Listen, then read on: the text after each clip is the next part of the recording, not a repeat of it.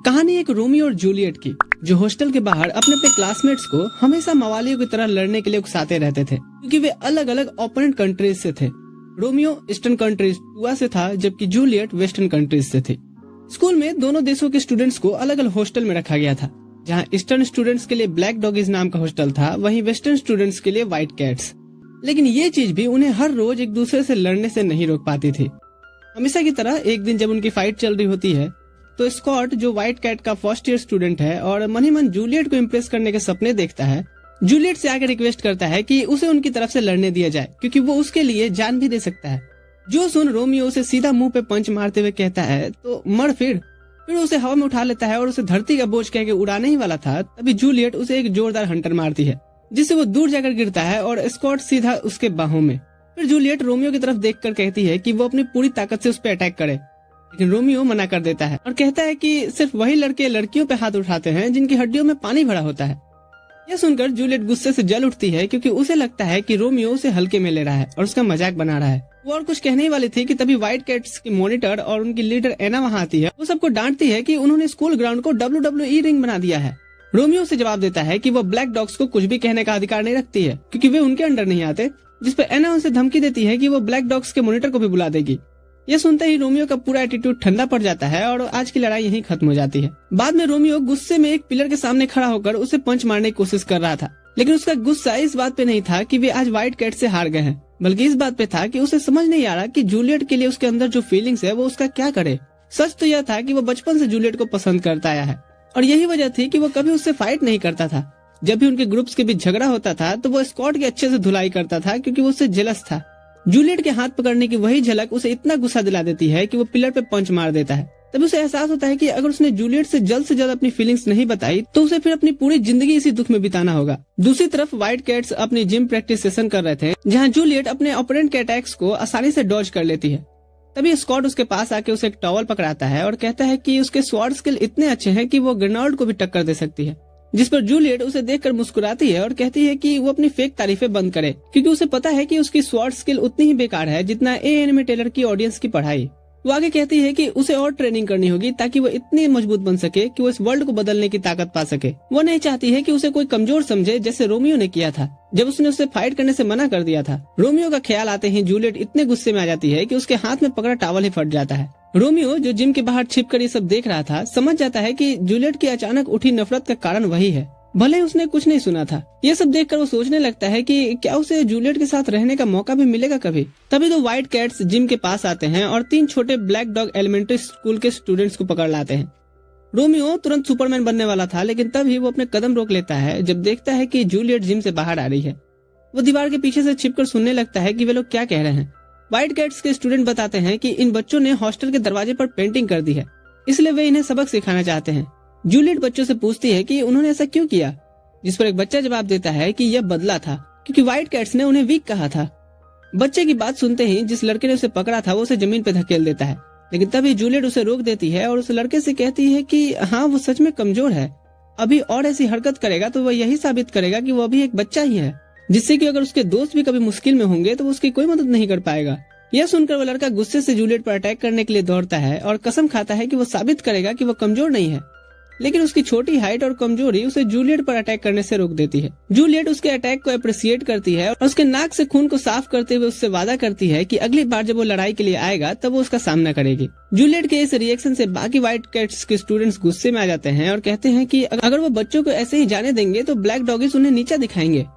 जिस पर जूलियट उन्हें चुप रहने को कहती है और समझाती है कि एक बच्चे को परेशान करना उनके लिए शर्म की बात होनी चाहिए। रोमियो जब उसे इस तरह से डांटते हुए देखता है तो वो तो उसका और भी ज्यादा इज्जत करने लगता है और डिसाइड करता है कि अब तो वो अपने दिल की बात उससे जरूर बताएगा। लेकिन उसे इस बात का अंदाजा नहीं था कि उसने कब अपनी छुपने की जगह छोड़ दी है। वो देखता है तो सब उसे ही घूरे जा रहे होते हैं। जिस पर जूलियट गुस्से से पूछती है कि वो यहाँ क्या कर रहा है, जिस पर वो कहता है कि वो क्या बोले कि वो कन्फेस करने आया था। वो बोलता है कि वो कंप्लेन करने आया है। इससे पहले कि वो उससे पूछते हैं किस चीज की, तो वो तुरंत भाग जाता है। जूलियट को इस पे गुस्सा आता है कि वो हमेशा की तरह उसे सिर्फ परेशान करने आया था। जिम की दूसरी तरफ केंटो, कोएत्सुजी और मारू खड़े होते हैं और रोमियो को भागते हुए देख केंटो सोचने लगता है कि वो जिम में क्या कर रहा था। जिस पर कोएत्सुजी उससे कहता है कि वो उस बेवकूफ के बारे में ज्यादा न सोचे और वो इशारा करता है कि जूलियट भी जिम से बाहर आ रही है। उन लोगों के हिसाब से जूलियट हमेशा अपने हॉस्टल से अकेले जाती है, जो कि उसे सबक सिखाने का एक अच्छा मौका है। बाद में जब जूलियट अपने हॉस्टल की तरफ जा रही होती है तो उसे महसूस होता है कि कोई इसका पीछा कर रहा है। वो तुरंत पलटती है और अपने अटैकर का सामना करने के लिए तैयार होती है, लेकिन जैसे ही वो देखती है कि दो बेवकूफ तो यहाँ पे सांस लेने के लिए तड़प रहे होते हैं, क्योंकि उन दोनों ने अपने चेहरे पे प्लास्टिक बैग तो डाल रखे हैं पर उसमें छेद करना ही भूल गए हैं।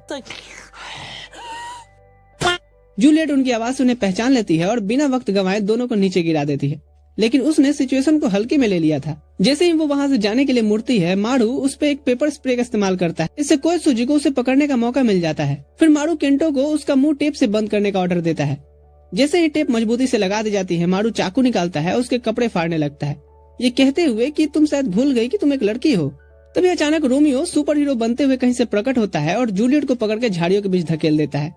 जब जूलियट को फील होता है कि रोमियो ने उसे पकड़ा है तो वो उसे डर कर दूर हो जाती है।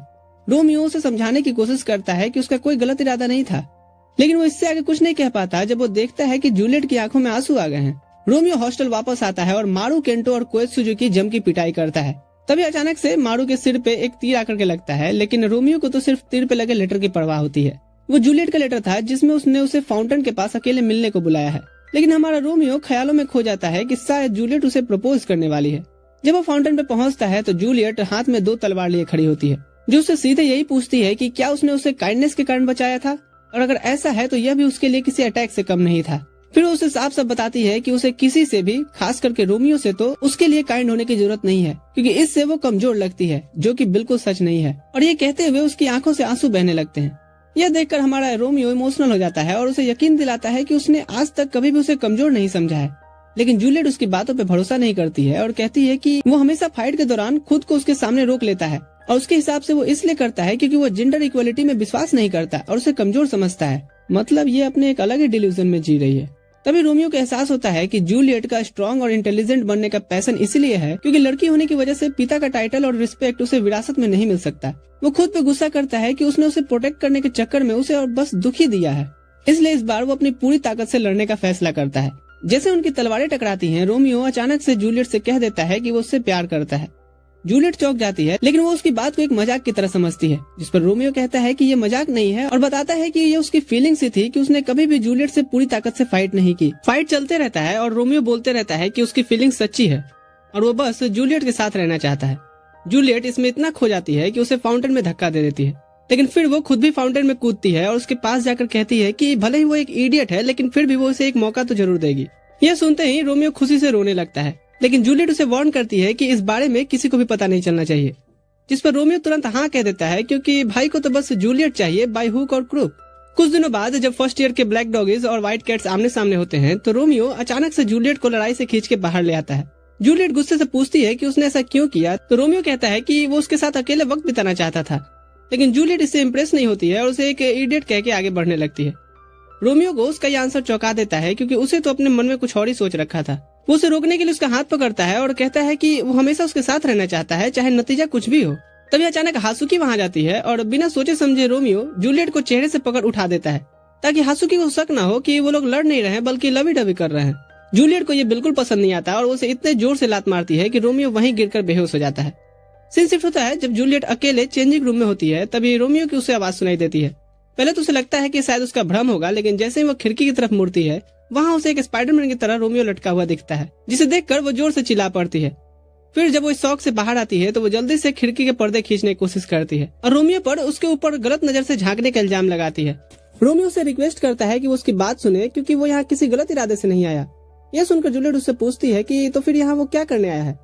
रोमियो उसे बताता है कि उसने थोड़ी इन्वेस्टिगेशन की और उसे पता चला कि कंट्री में लोग अपनी मोहब्बत का सबूत देने के लिए एक दूसरे को नेकलेस गिफ्ट करते हैं। वो कहता है कि वो भी उसे एक नेकलेस देना चाहता है ताकि वो अपने प्यार का प्रूफ दे सके, लेकिन इससे पहले कि वो नेकलेस उसे दे पाता, स्कॉट बीच में आ जाता है। उसी बिल्डिंग की दूसरी विंडो पे था, लेकिन वो कसम खाता है कि उसने यह सब सिर्फ जूलियट की सिक्योरिटी के लिए किया था। फिर वो रोमियो पर इल्जाम लगाता है कि उसने जूलियट पर हमला करने की कोशिश की है जब उसकी सिक्योरिटी कमजोर थी।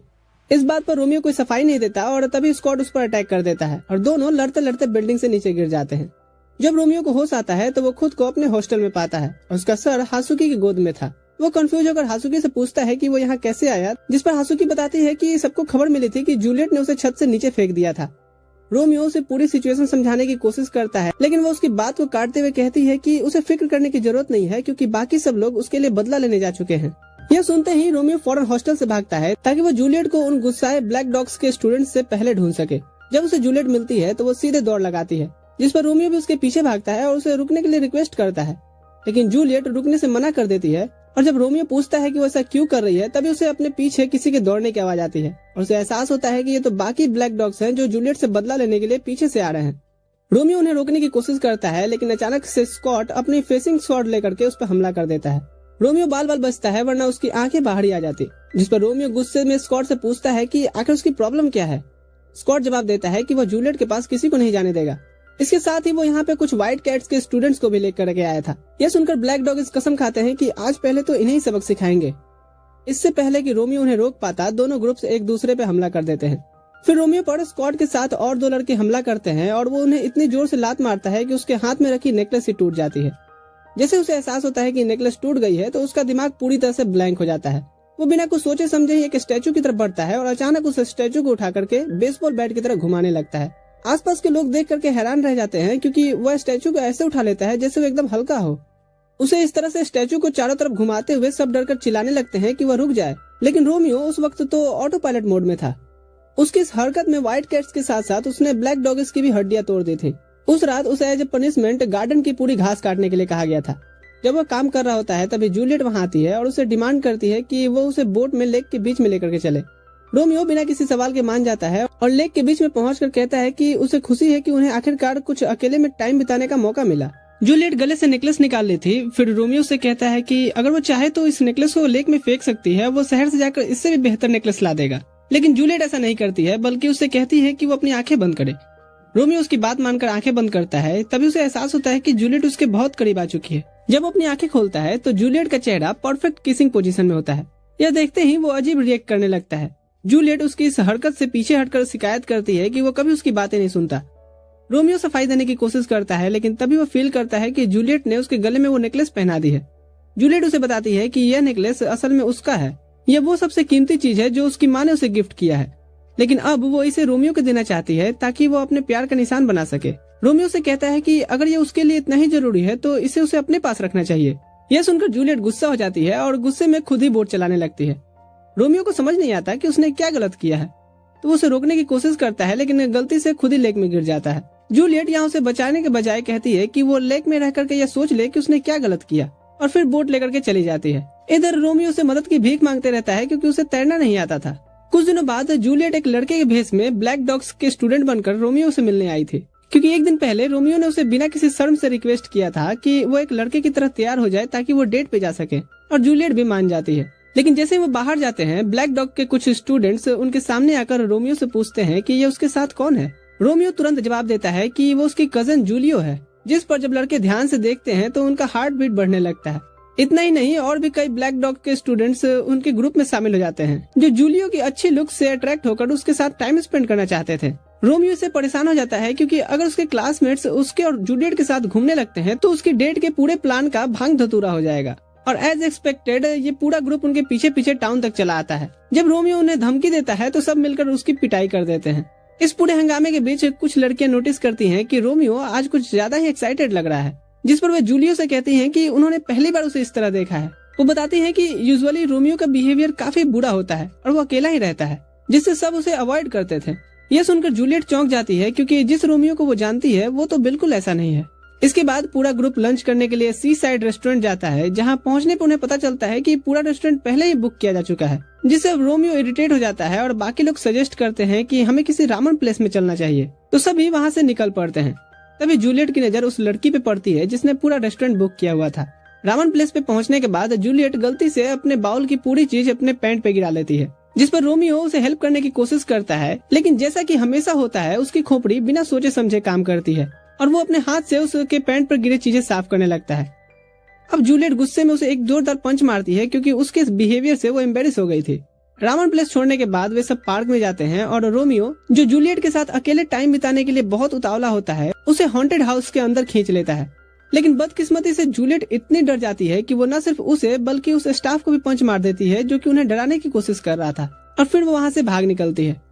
रोमियो भी उसके पीछे भागता है, लेकिन वो उसे ढूंढ नहीं पाता।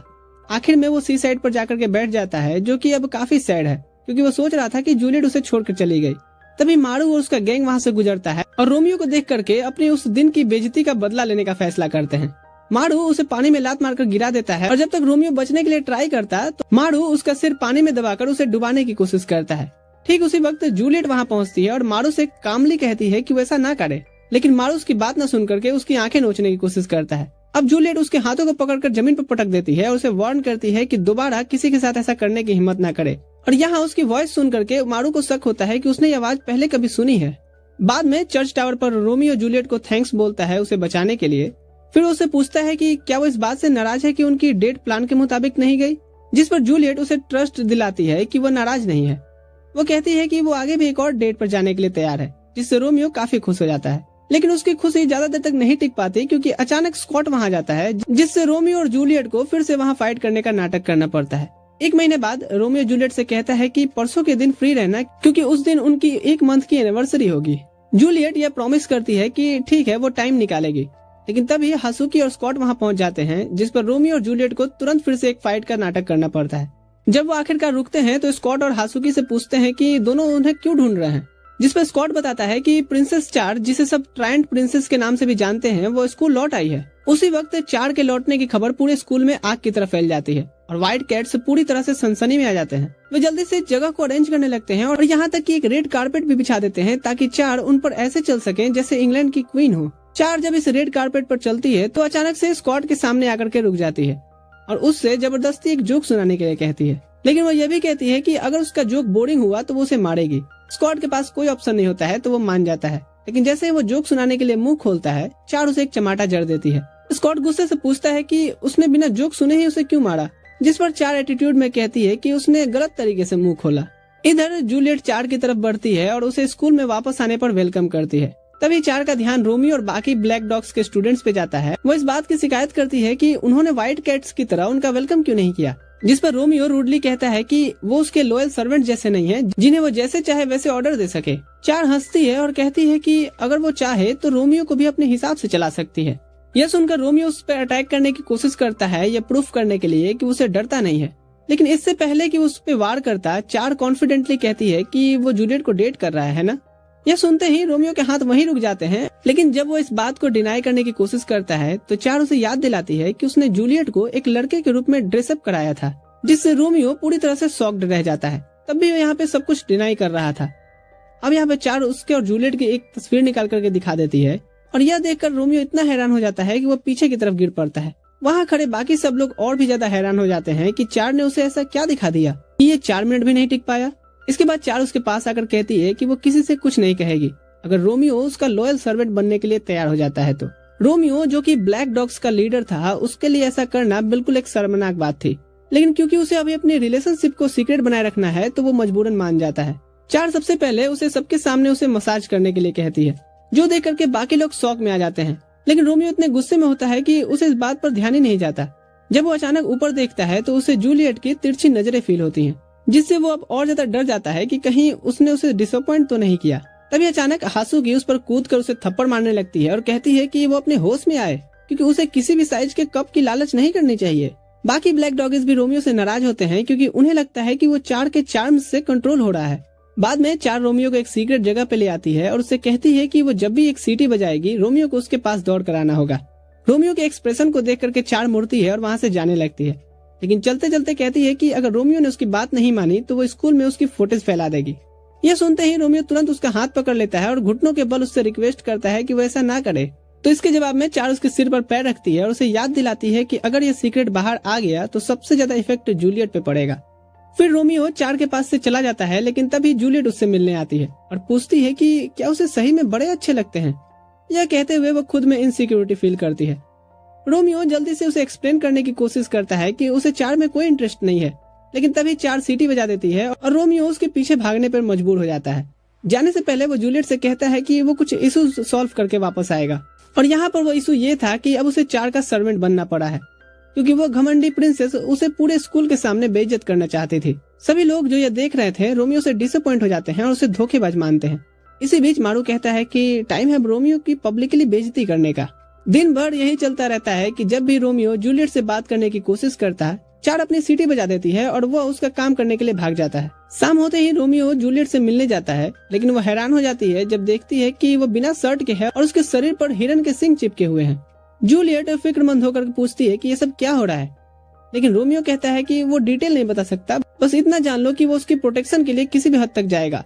जूलियट को ये सब अजीब लगता है, लेकिन वो उसे हार ना मानने की सलाह देती है और उसे दूर धकेल देती है, क्योंकि बार फिर से 4 की सीटी बजी थी। रोमियो जब 4 के पास पहुंचता है तो व्हाइट कैट्स भी वहां पे थे। अब यहाँ पे रोमियो डिसाइड करता है कि उसे भी अब इस खेल को खेलना होगा, जब तक कि उसे 4 के खिलाफ कोई ब्लैकमेलिंग मटेरियल न मिल जाए। बाद में जब अपने हॉस्टल में लौटता है तो देखता है कि उसके सभी सामान को बाहर फेंक दिया गया है और सभी उसे गद्दार समझ रहे थे। मारू और उसकी टीम बताते हैं कि सिर्फ हासुकी ही है जो उसे बेइज्जत करने से रोक रही है, क्योंकि उसे लगता है कि 4 के पास रोमियो की कोई ऐसी चीज है जिससे वो उसे ब्लैकमेल कर रही है।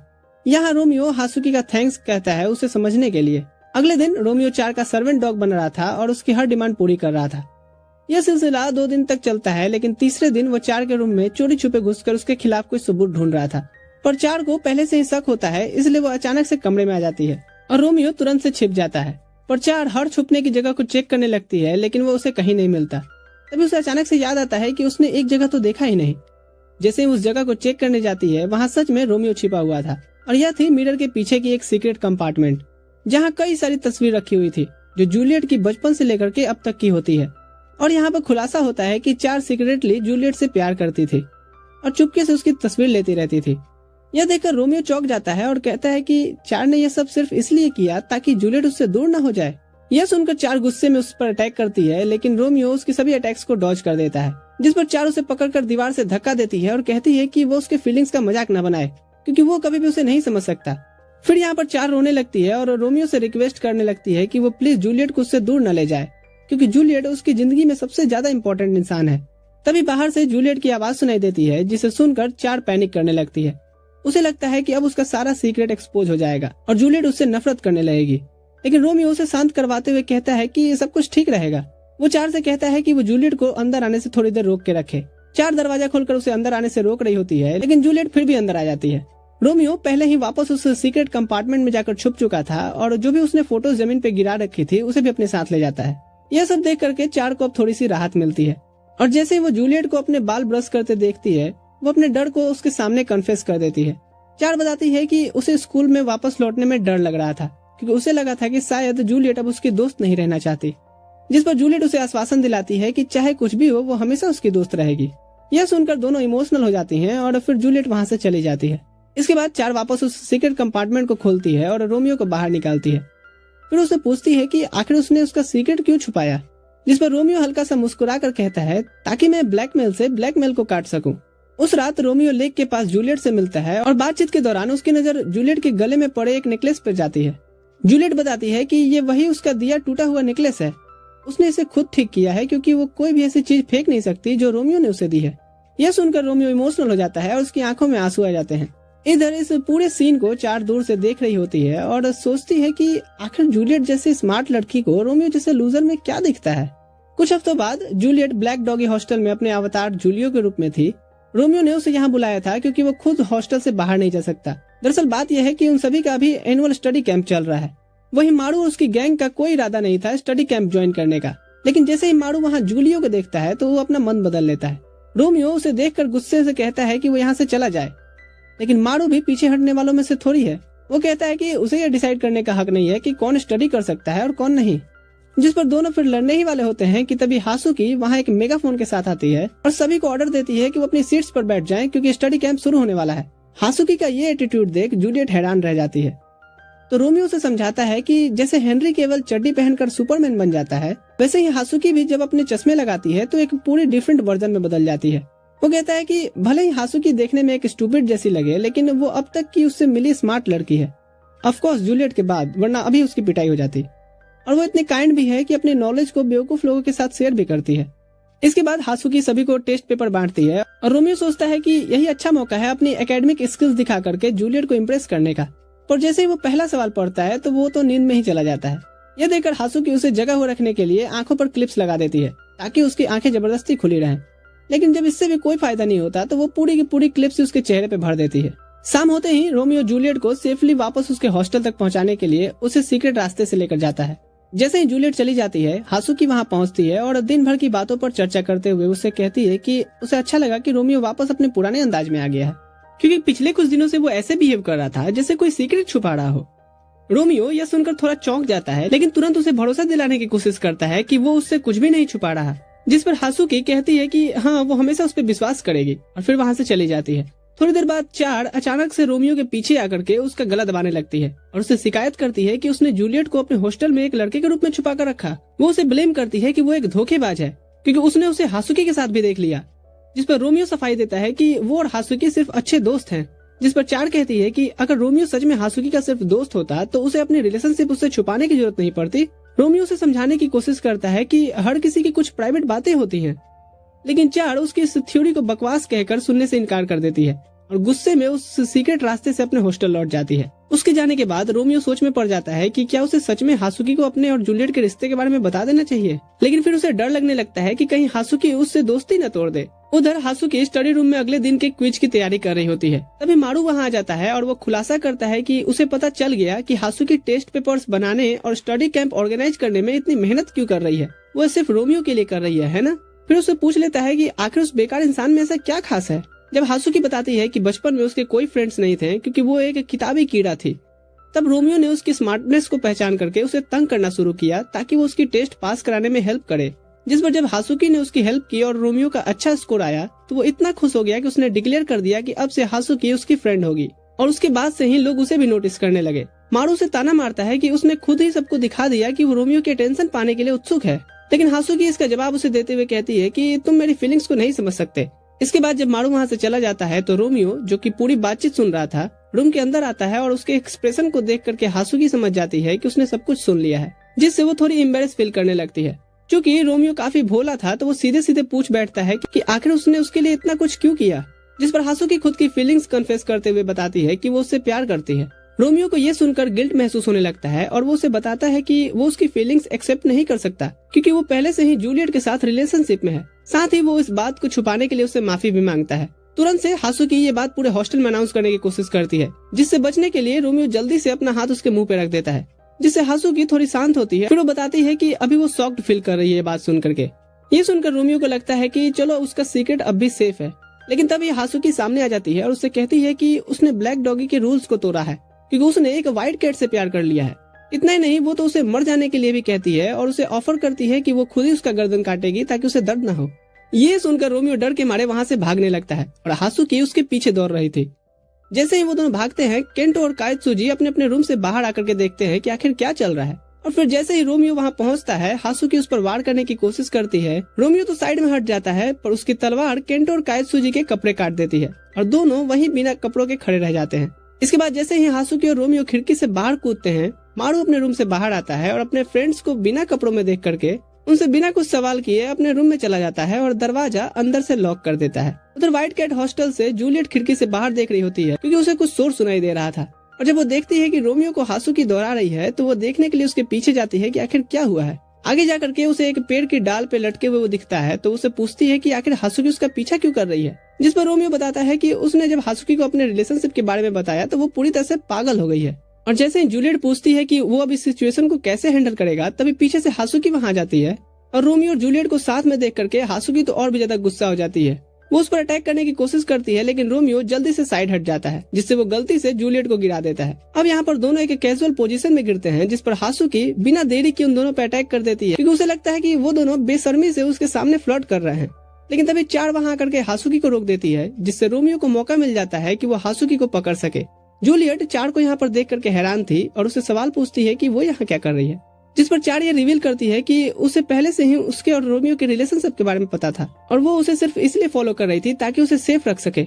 इसके साथ ही वो ये भी बताती है कि वो रोमियो को मारने आई है। अचानक रोमियो जूलियट को पकड़ के वहाँ से भाग जाता है क्योंकि उसे अब अपनी जान के लाले पड़ चुके हैं। लेकिन कुछ ही देर में भागते भागते वो एक खाई के किनारे आ जाता है जहाँ उसके पास आगे जाने का कोई रास्ता नहीं बचता, जिस पर जूलियट उसे सजेस्ट करती है कि अब भागने का कोई फायदा नहीं है, उन्हें गर्ल्स का सामना करना चाहिए क्योंकि शायद अगर वो उनसे बात करे तो उनका मन बदल जाए। और फिर जब गर्ल्स वहाँ पहुँचती हैं तो रोमियो खुद को कायर मानते हुए कहता है कि वो अब और नहीं भागेगा और हासुकी का सामना करेगा, जिसके जवाब में हासुकी गुस्से से उस पर चार्ज कर देती है और रोमियो, जो कि अपनी आर्मर पर पूरा भरोसा करता था, साइड हटने की कोशिश भी नहीं करता है, जिससे डायरेक्ट वो उसके वार का शिकार बन जाता है। लेकिन लकीली तलवार नकली होती है, जिससे सिर्फ हल्की सी चोट लगती है और सिर से थोड़ा सा ब्लीड होता है। लेकिन रोमियो को इससे कोई खास फर्क नहीं पड़ता और वो कहता है कि वो हासुकी से दोस्ती बनाए रखना चाहता है। ये सुनते ही हासुकी रोने लगती है और उसे बताती है कि वो उससे कितना नफरत करती है।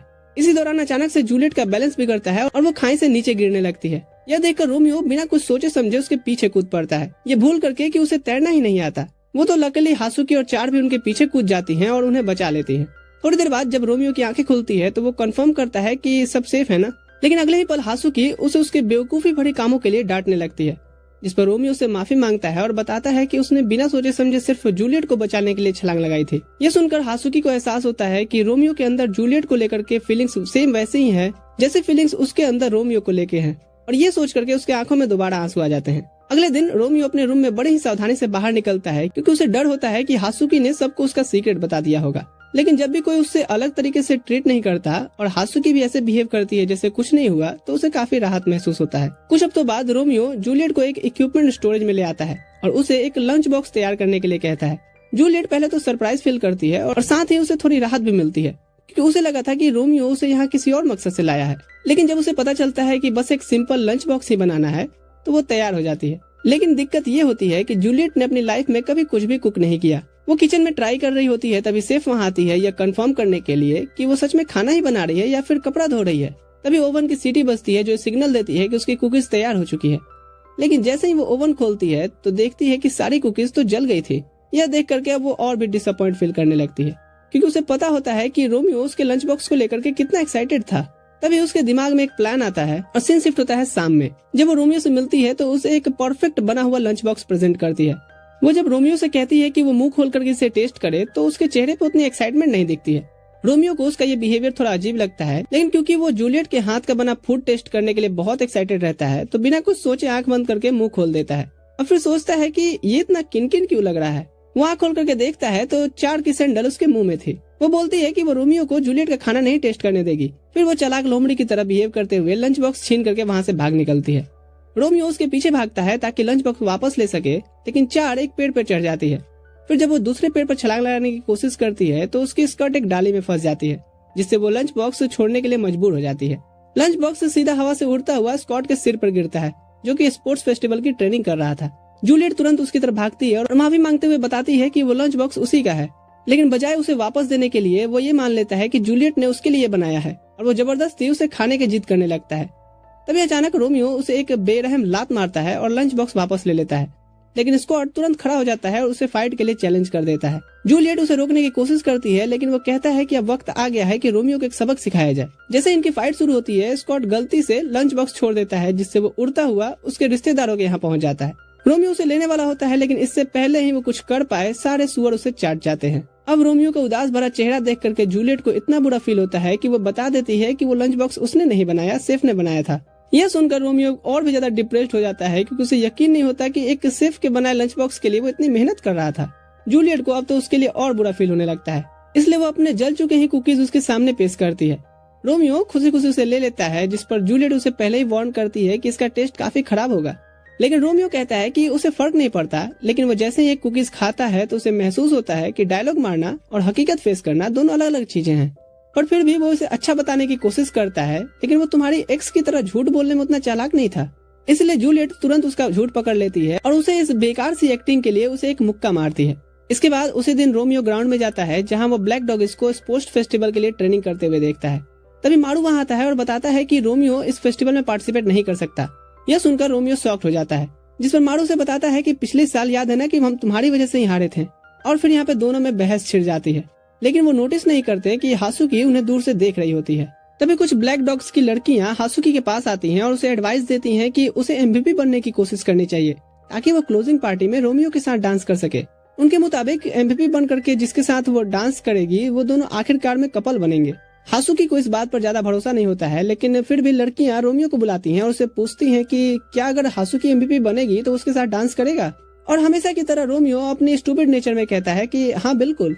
कुछ देर बाद कुछ सुन करके रोमियो स्कॉट के बीच लड़ाई शुरू हो जाती है, क्योंकि व्हाइट कैट्स ब्लैक डॉगिस के खिलाफ एक इंसल्टिंग सॉन्ग गा रहे थे, जिससे उनका ध्यान ट्रेनिंग से भटक रहा होता है। इस पर स्कॉट रोमियो से कहता है कि वो यहाँ से चला जाए और कोई और काम ढूंढे, क्योंकि उसे पता है कि रोमियो तो स्पोर्ट्स फेस्टिवल में हिस्सा नहीं लेने वाला। यह सुनकर रोमियो गुस्से में आकर के स्कॉट को पंच मारने की कोशिश करता है, लेकिन तभी एक पीले बालों वाली लड़की जिसका नाम सोमाली है उसका पंच रोक देती है और वो इस पर काफी एक्साइटेड फील करती है कि उसने रोमियो का पंच रोक लिया। लेकिन जब इस बारे में एक लड़के एबी को बताने जाती है तो उसे डांट देता है कि उसने रोमियो और स्कॉट की लड़ाई में इंटरफेयर क्यों किया, और रोमियो बस दोनों को घूरता रहता है कि अब ये दोनों नमूने कौन है। इसके बाद एबी जूलियट के सामने घुटनों पर बैठकर पूछता है कि अगर वो एमवीपी बने तो क्या वो उसके साथ डेट पर जाएगी। यह सुनकर जूलियट उसका हाथ झटक देती है और कहती है कि वो किसी भी ऐसे वैसे लड़के को डेट नहीं करती, लेकिन एबी को इससे कोई फर्क नहीं पड़ा था। तभी वो महसूस करता है कि रोमियो और स्कॉट उसकी इस हरकत पे गुस्सा होकर के उसी की तरफ देख रहे थे, क्योंकि दोनों को जूलियट पे लाइन मारने वाले लोग बिल्कुल पसंद नहीं है। सोमाली को भी यह फील होता है और वो तुरंत रोमियो की तरफ अटैक करने के लिए भागती है, लेकिन इससे पहले कि वो टकराते जूलियट दोनों के बीच में आकर खड़ी हो जाती है और कहती है कि अगर उन्हें लड़ाई करनी है तो स्पोर्ट्स फेस्टिवल के ग्राउंड में मिले। इस पर एबी रोमियो को धमकी देता है कि वो फेस्टिवल में उसे बुरी तरह से क्रश कर देगा। रात में जूलियट रोमियो को एक मैसेज भेजती है जिसमें वो उसे अगले दिन सुबह फील्ड में मिलने के लिए बुलाई थी, ताकि वो उसके साथ 3 पैरों की रेस की प्रैक्टिस कर सके। यह सुनकर तो रोमियो एक्साइटेड होने लगता है। अगले दिन जब वो जूलियट के साथ फील्ड में मिलता है और जैसे ही वे अपने पैर को बांधते हैं उन्हें एहसास होता है कि उनकी हाइट डिफरेंस एक प्रॉब्लम है। लेकिन जूलियट किसी भी हालत में प्रैक्टिस करना चाहती थी, इसलिए वो रोमियो का हाथ पकड़ के अपने कमर पर रख देती है जिससे कि वो उसे उठा सके, पर बेवकूफ रोमियो को इतनी खुशी नाक से हजम नहीं होती। इसके बाद वो दोनों ट्रेनिंग करना शुरू करते हैं और धीरे धीरे उनकी स्पीड सही हो जाती है, जिससे जूलियट काफी खुश होती है। फिर वो रिवील करती है कि उसे रोमियो को यहाँ बुलाने का असली कारण सिर्फ रेस की प्रैक्टिस नहीं था, बल्कि उसे रोमियो का खोया हुआ कॉन्फिडेंस वापस लाना था। वो कहती है कि उसे पता है कि पिछली बार 100 मीटर रेस में वो हार गया था और काफी डिस्करेज हो गया था, लेकिन इस साल वो पहले से बेहतर कर सकता है। इसके बाद उसे और मोटिवेट करने के लिए जूलियट कहती है कि अगर उन दोनों में से कोई भी एमवीपी बना तो दूसरे को एमवीपी वाले की बात माननी पड़ेगी। यह सुनकर रोमियो इस डील के लिए हाँ कह देता है और उसी दिन ब्लैक डॉगिस की ट्रेनिंग में वो अनाउंस करता है कि वो इस साल 100 मीटर की रेस में हिस्सा लेने वाला है, जिससे हर कोई हैरान रह जाता है। अगले हफ्ते 3 दिन का स्पोर्ट्स फेस्टिवल शुरू होता है, जहाँ पहले दिन फर्स्ट ईयर के स्टूडेंट्स के इवेंट्स रखे जाते हैं और हमेशा की तरह जूलियट कॉन्फिडेंस होकर के डिक्लेयर करती है कि इस बार तो व्हाइट कैट्स ही जीतेंगे, जिस पर रोमियो से चैलेंज करता है कि वो ब्लैक डॉगिस को अंडर एस्टिमेट न करे। पहले इवेंट ठग ऑफ वॉर में ब्लैक डॉगिस लगभग व्हाइट कैट्स से हारने ही वाले होते हैं, क्योंकि सोमाली उनकी टीम की एंकर होती है। हालांकि उसका शरीर छोटा है, लेकिन वो भी काफी पावरफुल होती है। वो अपनी टीम की जीत फिक्स ही कर देती है, लेकिन जैसे ही एबी उसकी तारीफ करता है वो इतनी खुश हो जाती है कि रस्सी ही छोड़ देती है। दूसरा इवेंट एथलेटिक कोर्स होता है, जिसमें मारू आसानी से लीड ले लेता है, लेकिन फिर भी वो चार को स्लो करने के लिए जमीन पर कांच के टुकड़े गिरा देता है। लेकिन उसका प्लान पूरी तरह से फेल हो जाता है, क्योंकि चार कुछ व्हाइट कैट्स बॉयज को कहती है कि वो उसे उठा लें, और इस तरह से वो उसे गोद में उठा करके फिनिश लाइन तक ले जाने लगते हैं। मारू को यकीन नहीं हो रहा था कि रेफरी ने इसे चीटिंग नहीं माना, और गुस्से में वो रेफरी को डांटने चला जाता है, जिसमें वो इतना खो गया था कि वो रेस पूरी करना ही भूल जाता है और चार आराम से जीत जाती है। लंच ब्रेक के दौरान रोमियो और जूलियट किसी तरह से मिलने का तरीका निकालते हैं, और बातचीत के दौरान जूलियट बताती है कि उसकी माँ स्टैंड्स में बैठी हुई है और वो चाहती है कि उसकी माँ उसे एमवीपी टाइटल जीतते हुए देखे, ताकि वो इसके बारे में उसके पिता से कह सके। फिर जब गेम्स दोबारा शुरू होते हैं, एबी सोमाली को कुछ ऐसा करने को कहता है कि जो जूलियट के खिलाफ हो, भले ही इसमें उनकी टीम ही क्यों न हार जाए। स्टिक्स डाउन गेम के दौरान जूलियट ब्लैक डॉगिस को स्टिक गिराने के लिए स्ट्रगल कर रही होती है। तभी सोमाली आकर के उसकी मदद करने का नाटक करती है, लेकिन यह सब उसके प्लान का हिस्सा होता है। और जैसे ही वह स्टिक गिराने वाली होती है कि वो जानबूझकर जूलियट के पैर पे स्टेप रख देती है। हालांकि उसकी टीम तो जीत जाती है, लेकिन जूलियट को इस वजह से चोट लग जाती है। इसके बाद मिक्स्ड रिले रेस शुरू होती है, जिसमें जूलियट चोटिल होने के बावजूद भी हिस्सा लेती है, लेकिन रेस के दौरान उसके पैर में दर्द इतना ज्यादा बढ़ जाता है कि वो गिर जाती है, जिससे व्हाइट कैट्स के सारे मेंबर्स उसकी मदद के लिए दौड़ते हैं। रोमियो भी उसके पास जाने की कोशिश करता है, लेकिन चार उसे रोकते हुए कहती है कि अगर किसी को भनक भी लगा तो ये उसकी आखिरी मदद हो सकती है। व्हाइट कैट्स जूलियट के चारों तरफ घेरा बना लेते हैं और जूलियट सभी को यह भरोसा दिलाने की कोशिश करती है कि वह ठीक है, लेकिन तभी एबी मौके का फायदा उठा करके कहता है कि जूलियट अपनी पूरी मेहनत को बेकार जाने दे रही है और उसके कमजोर होने पे कुछ कमेंट्स करता है। इस पर स्कॉट उसे चुप कराने की कोशिश करता है, लेकिन इसका इफेक्ट अब तक तो हो चुका था और लोग जूलियट के बारे में बुरा बोलने लगते हैं। यहाँ तक कि ऑडियंस में बैठे लोग भी उसे टीम से बाहर निकालने की मांग करते हैं, क्योंकि वो अब घायल हो गई है। रोमियो यहाँ पर गुस्से में चिल्ला करके सभी को चुप रहने के लिए कहता है और दीवार पे जोर से पंच मारते हुए ये भी कहता है कि कितना शोर कर रहे हो यार। इसके बाद चार एबी से कहती है कि उसे अपने किए की सजा भुगतनी पड़ेगी, और फिर वो जूलियट को लेकर के फार्मेसी में आ जाती है। फार्मेसी में जूलियट को सलाह दी जाती है कि वो टूर्नामेंट में वापस नहीं जाए, क्योंकि उसकी चोट बहुत ज्यादा गंभीर है। रोमियो खुद पर गुस्सा करता है कि वो उसकी मदद नहीं कर सका। इसी दौरान चार उसे बताती है कि इस हादसे के पीछे सोमाली का हाथ है। इसके बाद चार पूरी घटना को समझाते हुए कहती है कि सोमाली इतनी चालाक नहीं है कि इतनी बड़ी साजिश रच सके, बल्कि इसके पीछे तो मास्टरमाइंड एबी है। फिर ये भी बताती है कि मुझे तो लगता है कि एबी जूलियट के खिलाफ एक वार छेड़े हुए है और व्हाइट कैट्स पे कब्जा करने के लिए उसका ट्रस्ट खराब करना चाहता है, लेकिन उसके पास इसे साबित करने के लिए कोई सबूत नहीं है और वो ऐसे ही एबी पे कोई आरोप नहीं लगा सकती। इसलिए वो रोमियो से रिक्वेस्ट करती है कि वो इस बारे में कुछ करे। फार्मेसी के अंदर ही जूलियट खुद को बेबस और हारा हुआ महसूस करते हुए रो रही थी। तभी रोमियो उसे आवाज लगाकर कहता है कि उसे हार नहीं माननी चाहिए। वो उसे कहते हुए चला जाता है कि वो फाइनल इवेंट देखने के लिए जरूर आए, क्योंकि वो प्रॉमिस करता है कि वो एबी को बुरी तरह से हराएगा। इसके बाद रोमियो वापस एरिना में चला जाता है, जहाँ फाइनल इवेंट कावेलरी बैटल शुरू होता है। जैसे ही दोनों टीम गेम के लिए तैयार होती हैं, मारू रोमियो से घोड़ा बनने के लिए कहता है, लेकिन रोमियो उसे इग्नोर करते हुए खुद एक नाइट की पोजीशन ले लेता है। मारू गुस्सा होते हुए कहता है कि ठीक है, फिर तो तू जीत, मैं 1 इंच भी नहीं हिलने वाला। और दोनों इसी बात पे फिर बहस करने लगते हैं। इसी दौरान गेम शुरू हो जाता है और हासुकी की टीम व्हाइट कैट्स के खिलाफ जीत रही थी। तभी अचानक एबी अपनी उंगलियां चटकाता है और ऐसा लगता है कि वो किसी को कंट्रोल कर रहा हो, जिस पर हासुकी को कैरी कर रही लड़की घुटनों के बल गिर जाती है, जिससे हासुकी का ध्यान भटक जाता है और इससे पहले कि उसे कुछ समझ आता, एबी उसके हाथों से रिबन छीन लेता है, जिससे वो गेम से बाहर हो जाती है। फिर वो साइड लाइन पर खड़ी होकर के सब तमाशा देख रही थी कि कैसे गेम का रुख बदल रहा है और ब्लैक डॉगीज हार रहे हैं। केंटो और कोएत्सुजी भी सो गए थे, जिससे सिर्फ रोमियो और मारू ही गेम में बचे थे। रोमियो को चिंता होने लगती है क्योंकि व्हाइट कैट्स ने उन्हें चारों तरफ से घेर लिया होता है। तभी उसे जूलियट की आवाज सुनाई देती है, जो उसे हार ना मानने के लिए कह रही थी। जैसे वो उस दिशा में देखता है तो वो चौंक जाता है कि जूलियट उसे वहां चीयर कर रही है, लेकिन मारू को लगता है कि वो उसे चीयर कर रही है तो वो जोश में आ जाता है। यहाँ पे स्कॉट रोमियो का रिबन छीनने की कोशिश करता है, लेकिन मारू अपने अंदर के पावर को जगा लेता है और तेजी से आगे बढ़ता है। रोमियो तभी स्कॉट का रिबन छीन लेता है और इसके बाद दोनों बेहतरीन टीम वर्क दिखाते हैं और व्हाइट कैट्स की बाकी टीम्स को बाहर कर देते हैं, जिससे सिर्फ अब एबी की टीम बचती है। एबी उन्हें घमंड ना करने की चेतावनी देता है और दावा करता है कि उसकी टीम जरूर जीतेगी, लेकिन जल्दी उसे एहसास हो जाता है कि उसने ये बात बहुत जल्दी बोल दिया, क्योंकि उसकी टीम के 2 नक्कारे को केंटो और काएत्सुजी ने तो बेअसर कर दिया है। एबे रेफरी के ध्यान खींचने की कोशिश करता है, लेकिन मारू उसे चुप रहने के लिए कहता है और इसके बाद वो खुलासा करता है कि एबी ने वाटर बॉय को पैसे देकर के ब्लैक डॉगीज की पानी में स्लिपिंग ड्रॉप्स मिलाया था। मारू ही अकेला था जिसने ये बात को नोटिस किया और अपने दोस्तों को बताया। इसके बाद उन्होंने वाटर बॉय को तब तक टॉर्चर किया जब तक उसने सब कुछ सच नहीं उगल दिया।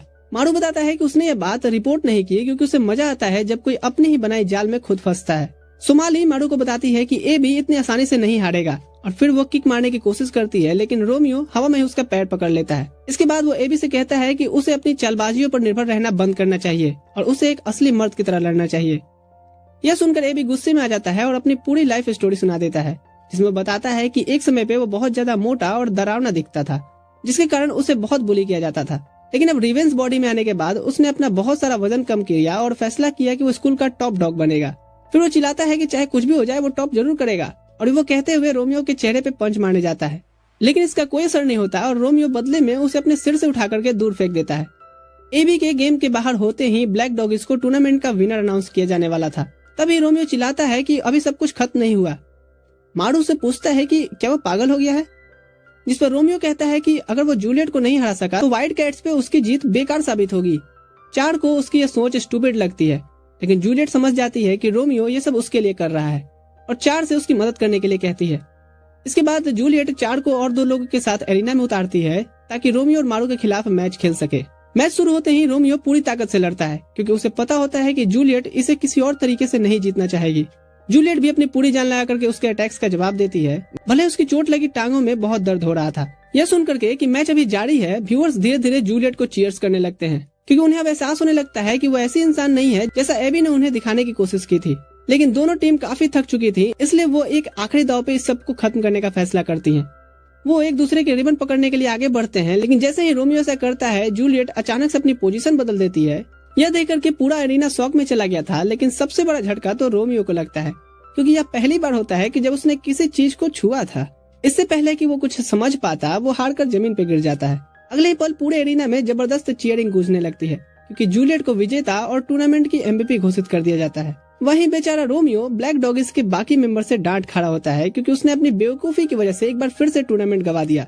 इसके 2 दिन बाद एक बहुत ही बड़ी क्लोजिंग पार्टी होती है जहां सभी लोग एंजॉय कर रहे होते हैं, लेकिन रोमियो को उसकी बेवकूफी के लिए सजा के तौर पे ब्लैक डॉगीज ने मेंबर्स के फाउंटेन के पास घुटनों पे बैठा करके उसके ऊपर कुछ ईंटें रख दिए थे ताकि उसे यह एहसास हो सके कि उसकी वजह से वो लोग हारे हैं। हालांकि उसकी किस्मत अच्छी होती है क्योंकि जूलियट उसे ढूंढते ढूंढते वहां आ जाती है और उसके साथ डांस करने के लिए कहती है, जिस पर रोमियो तुरंत हाँ कह देता है, लेकिन वो ये भी बताता है कि उसे फॉर्मली डांस करना नहीं आता। यह सुनकर जूलियट उससे कहती है कि फिर भी वो उसे अपने तरीके वाला डांस सिखाए। इसके बाद दोनों साथ में डांस करने लगते हैं और इसी के दौरान जूलियट उसे थैंक्स कहती है उसे स्पोर्ट्स फेस्टिवल में उसकी इज्जत बचाए रखने के लिए, और वो वादा करती है कि वो भी किसी दिन इसका एहसान जरूर लौटाएगी। इसके 1 महीने बाद रोमियो इतनी मेहनत करता है कि वो बीमार पड़ जाता है। उसने खुद को इतना थका लिया था कि उसे तेज बुखार भी आ गया था, पर हासुकी यहाँ पे उसकी देखभाल के लिए थी। लेकिन जैसे ही वो नींद में बड़बड़ाते हुए जूलियट का नाम लेता है, वो गुस्से में पूरा पानी उसके चेहरे पे गिरा देती है। उसी वक्त कुछ ब्लैक डॉग्स के स्टूडेंट हासुकी को बुलाने आते हैं क्योंकि वो अब उनकी नई लीडर है और उन्हें एक जरूरी मैटर को देखने चलना है। रोमियो यहाँ पर अब अकेला रह जाता है और उसे याद आता है कि पिछली बार वो कब बीमार पड़ा था, जब वो एक छोटा बच्चा था। वो यह भी सोचने लगता है कि काश जूलियट उसके पास होती। तभी किसी मैजिक की तरह उसे उसकी आवाज सुनाई देने लगती है। जैसे वो अपना आंख खोलता है तो उसे अपने बेड के पास खड़े देखता है, लेकिन इस बार वो जूलियो के गेटअप में थी। रोमियो पहले तो शौक में आ जाता है, लेकिन फिर उसे लगता है कि वो सिर्फ उसे अपनी इमेजिनेशन में देख रहा है। इसलिए जब जूलियट उससे पूछती है कि वो उसके लिए कुछ करना चाहती है, क्या करे, तो वो आधी नींद में ही उसे अपने कान साफ करने के लिए कह देता है। जूलियट को लगता है कि वो कुछ बकवास कर रहा है, इसलिए वो उसे जगाने के लिए उसके चेहरे को टच करती है और तभी रोमियो को एहसास होता है कि वो सपना नहीं देख रहा, जिस पर वो शर्मिंदा हो जाता है और उसे वहाँ से जाने के लिए कहता है। लेकिन जूलियट जिद पकड़ लेती है कि वो उसे ठीक होने तक अकेला नहीं छोड़ेगी। जूलियट उसे जबरदस्ती फिर से लेटने पर मजबूर कर देती है और फिर उसके रूम का हाल देख करके चौंक जाती है। वो उसे पूछती है कि उसका कमरा डस्टबिन जैसा क्यों लग रहा है। रोमियो उसे बताता है कि ये डस्टबिन ही है, क्योंकि स्पोर्ट्स फेस्टिवल में उसकी गलती के बाद से उसे इस रूम में रहने के लिए मजबूर कर दिया गया है और उसकी लीडरशिप की पोजीशन भी अब हासुकी को दे दी गई है। यह सुनकर जूलियट को उसके लिए बुरा लगता है और वो कमरे को थोड़ा सा साफ करने का फैसला करती है। लेकिन तभी उसकी नजर एक एडल्ट मैगजीन पे पड़ती है। रोमियो तुरंत सफाई देता है कि वो उसका नहीं है और बताता है कि कोएत्सुजी ने उसे यह सोच करके दिया था कि उसे लड़कियों में कुछ ज्यादा ही इंटरेस्ट है। लेकिन जूलियट को उसकी बात झूठ लगती है। रोमियो उसे समझाने की कोशिश करता है और कहता है कि उसे सिर्फ उसमें इंटरेस्ट है, लेकिन उसकी ये बात उसे और भी अजीब लगती है। और अब रोमियो को ये लगता है कि जूलियट तो उसे एक गंदा और सीक्रेटली पागल इंसान ही समझ रही है, जिससे वो और भी ज्यादा शर्मिंदा हो जाता है और चुपचाप बिस्तर पर लेट जाता है। जूलियट फिर उसे बताती है कि वो उसके लिए कुछ खाने का इंतजाम करने जा रही है और वहाँ से निकल जाती है। लेकिन क्योंकि उसे ब्लैक डॉगिस के हॉस्टल की अच्छी जानकारी नहीं थी, तो वो डाइनिंग हॉल को ढूंढने में थोड़ा समय लगा देती है। किसी तरह से वो एक सेब और पानी का जग लेकर के आती है, लेकिन जब वो रोमियो के कमरे में वापस जाने की कोशिश करती है तो वो रास्ता ही भटक जाती है और आगे उसे मारू मिल जाता है, जिसे जब पता चलता है कि यह सेब रोमियो के लिए है तो वो बिना कुछ सोचे समझे उसे खा लेता है। इसके बाद वो जूलियट से कुछ अजीब से सवाल पूछने लगता है, जिससे उसे लगने लगा था कि कहीं वो उसकी आइडेंटिटी पे शक तो नहीं कर रहा। इसलिए वो उसके सवालों को टालने की कोशिश करती है, जिस पर मारू उसका रास्ता रोकता है और कहता है कि जब तक वो सच्चाई नहीं जान लेता तब तक उसे जाने नहीं देगा। ये सुनते ही डर के मारे जूलियट उसके ऊपर ट्रे फेंक देती है, जिससे मारू पूरी तरह से भीग जाता है और जूलियट यहाँ से तेजी से भाग निकलती है। लेकिन उसे समझ नहीं आ रहा था कि जाना कहाँ है। तभी उसे एक खुला दरवाजा दिखता है और वहाँ छुपने के इरादे से चली जाती है। लेकिन उसे बाद में एहसास होता है कि वो तो गलती से गर्ल्स बाथरूम में घुस गई है। जैसे ही वो बाथ टब में गिरती है, वहाँ मौजूद लड़कियाँ उसे लड़का समझ के चिल्लाने लगती हैं, जिससे घबरा करके जूलियट भागते हुए सीधा रोमियो के कमरे में आ जाती है। रोमियो उसे पूरी तरह से भींगा हुआ देख करके हैरान रह जाता है, तो वो उसे अपने कपड़े बदलने के लिए दे देता है। जूलियट उसे दीवार की तरफ देखने के लिए कहती है ताकि वो आराम से कपड़े बदल सके।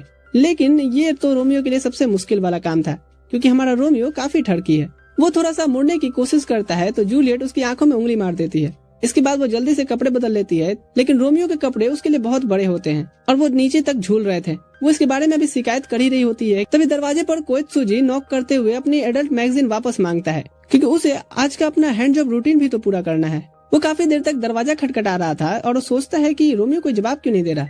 उसे लगता है कि रोमियो सोया हुआ है, तो वहाँ से अभी चला जाता है। अंदर रोमियो हिलने डुलने की हिम्मत भी नहीं करता है, क्योंकि जूलियट उसके बिस्तर पे उसके ऊपर ही लेटी थी, क्योंकि वो खुद को कंबल में छुपाने के लिए घुस गई थी। और जब उसे यकीन होता है कि कोएत्सुजी चला गया है, तो जूलियट अचानक से उठती है। फिर वो देखती है कि रोमियो का शरीर तो और गर्म हो रहा है और सोचती है कि शायद उसका बुखार बढ़ गया है, लेकिन उसे अंदाजा नहीं होता है कि रोमियो किस लेवल तक का हरामी है। फिर वो माहौल को थोड़ा शांत करने के लिए एक लोरी गुनगुनाने लगती है और उसके बाद रोमियो का बुखार कम भी होने लगता है। जब वो होश में आ जाता है तो रोमियो पूछता है कि ये गाना तो कुछ जाना पहचाना लगता है, उसने कहाँ से सीखा। जूलियट बताती है कि उसके पिता हमेशा ये लोरी उसे सुनाया करते थे, क्योंकि उनके कंट्री में ये बहुत फेमस है। इसके बाद वो उठकर बैठ जाता है और जूलियट उसका टेम्परेचर चेक करती है। उसे बताती है कि उसका बुखार अब पूरी तरह से उतर चुका है। रोमियो उसका शुक्रिया अदा करता है और कहता है कि वो जा सकती है क्योंकि वो ठीक है। तभी जूलियट बताती है कि वो यहाँ सिर्फ उसकी तबीयत का पता करने नहीं बल्कि उससे मिलने भी आई थी। ये सुनकर तो रोमियो और भी शर्म से लाल हो जाता है और अब यहाँ पे जूलियट घबरा जाती है, ये सोच करके कि कहीं इसका बुखार फिर से नहीं बढ़ने लगे। कुछ दिनों बाद रोमियो बेंच के नीचे लेट करके जूलियट से बात कर रहा होता है और वो फेस्टिवल के बारे में बताता है और पूछता है कि क्या वो उसके साथ चलेगी, और जूलियट हाँ कह देती है। लेकिन वो कहती है कि वो जूलियो के रूप में नहीं जाएगी, क्योंकि मारू उस पे नजर रखे हुए है। इसलिए वो अपने दोस्त से किसी बहाने बच करके वहाँ आने का वादा करती है, ताकि वो दोनों साथ में फायरवर्क्स देख सकें। जैसे ही जूलियट वहाँ से जाती है, रोमियो जोश में आकर के खुशी से चिल्लाने लगता है, क्योंकि वो उसके साथ फायरवर्क्स जो देखने जाने वाला है। तभी अचानक से कोच्चू पेड़ से गिर करके उसके हाथों में आ जाती है। रोमियो हक्का बक्का रह जाता है और पूछता है कि वो कौन है। लेकिन कोच्चो उसकी बात को इग्नोर करते हुए कहती है कि उसे ये देखना चाहिए कि उसका हाथ कहाँ पे है।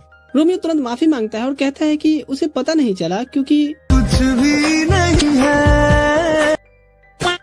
ये सुन करके कोच्चो गुस्से में आ जाती है, लेकिन रोमियो को इससे कोई फर्क नहीं पड़ता। वो कहता है कि उसे थैंकफुल होना चाहिए क्योंकि उसने उसे गिरने से बचाया है। लेकिन कोच्चो इस चीज को अनदेखा करते हुए रोमियो के हाथ पे काट लेती है। रोमियो उसे खुद से हटाने की कोशिश करता है, लेकिन वो उसे छोड़ने का नाम ही नहीं लेती है। तभी अचानक से टेरिया भी पेड़ से गिर करके रोमियो के सिर पे आ जाती है। कोच्चो फिर कहती है कि रोमियो को उनके यूनिफॉर्म को ठीक से देखना चाहिए था, लेकिन रोमियो को अब भी कुछ नहीं समझ में आ रहा था। जब कोच्चो उसे बताती है कि वो दोनों सेकेंड ईयर के स्टूडेंट्स हैं, तो रोमियो को थोड़ा अजीब लगता है, लेकिन वो पूछता है कि उनका पेड़ पे चढ़ने से क्या लेना देना है। टेरिया बताती है कि वो लोग एक बिल्ली को बचाने के लिए वहाँ चढ़े थे। इतने में हासुकी वहाँ आ जाती है और जैसे ही वो लड़कियों को देखती है तो उन्हें पहचान लेती है और तुरंत उनके सामने रोमियो की तरफ से माफी मांगती है, क्योंकि उसे पता था कि रोमियो ने जरूर उनके साथ बदतमीजी की होगी। रोमियो हैरान होकर के पूछता है कि वो माफी क्यों मांग रही है, तो हासुकी बताती है कि ये दोनों सिर्फ ना ही सेकंड ईयर के स्टूडेंट्स हैं बल्कि मॉनिटर्स के प्रबल दावेदार भी हैं। लेकिन फिर भी रोमियो बेफिक्र होकर के कहता है कि वो ऐसे ही किसी के आगे नहीं झुकने वाला। कोच्चो उसके इस एटीट्यूड से चिढ़ जाती है, लेकिन फिर भी कहती है कि रोमियो को पनिशमेंट देने का कोई मतलब नहीं है, क्योंकि वो तो पहले से इस स्कूल के लिए एक पनिशमेंट है।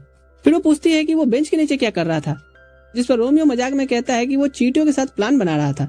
लड़कियां उसकी हालत देख करके सोचती हैं कि शायद अकेलापन उससे चींटियों से बात करने पे मजबूर कर रहा है। टेरिया तो रोमियो से यहाँ पर ये भी कह देती है कि वो अगर चाहे तो उसे अपने दोस्तों से वो सेट करवा सकती है, लेकिन रोमियो इससे गुस्से में आ जाता है और वहाँ से चला जाता है। बाद में जब वो हॉस्टल में आता है तो वो देखता है कि लड़कियां उसके कमरे में आराम से बैठी हुई हैं। वो उन्हें जाने के लिए कहता है, पर वो तो पूरी मस्ती के मूड में थी।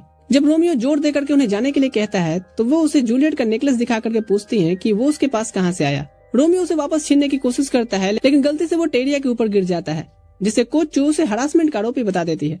रोमियो को अपनी गलती पे एहसास होता है और वो उसे माफी मांगता है, लेकिन तभी वो कुछ ऐसा बोल देता है जिससे कोच्चो और भी ज्यादा चिढ़ जाती है। यह देख करके रोमियो बिना कुछ जवाब दिए कमरे से भाग निकलता है, और जब वो ट्विंस उसके पीछे दौड़ पड़ती हैं तो वो कहीं नहीं मिलता। अब यहाँ पर वो लोग फैसला करती हैं कि वो उसे फेस्टिवल में जाकर के ही ढूंढेंगी। फेस्टिवल में पहुंचने पे ट्विंस देखती हैं कि बाकी स्टूडेंट्स पहले से ही वहाँ पे मौजूद होते हैं। टेरिया तो इस नजारे से हैरान रह जाती है, लेकिन उसकी बहन उसे याद दिलाती है कि वो यहाँ पर मजे करने नहीं आए हैं बल्कि उसे ढूंढने आए हैं।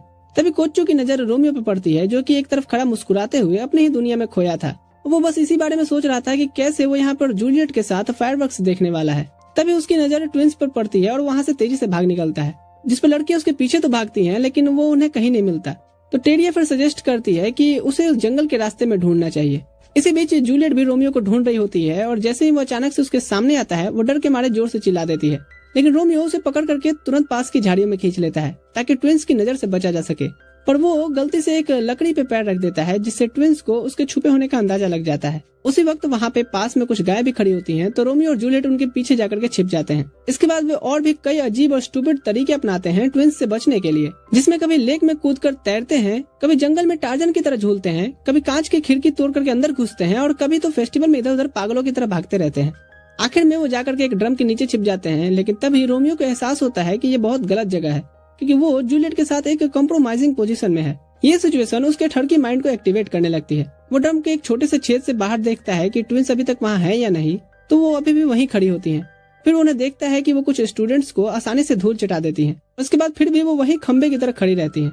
रोमियो ड्रम खोलता है और जूलियट से कहता है कि वो बस थोड़ी देर इंतजार करे, क्योंकि उसे कुछ काम निपटाने हैं। वो तुरंत एक कॉर्क को शूट करके कोच्चो के सिर पे मारता है ताकि ट्विंस का ध्यान अपनी ओर खींच सके, और फिर उन्हें फेस्टिवल में गेम्स खेलने के लिए चैलेंज करता है।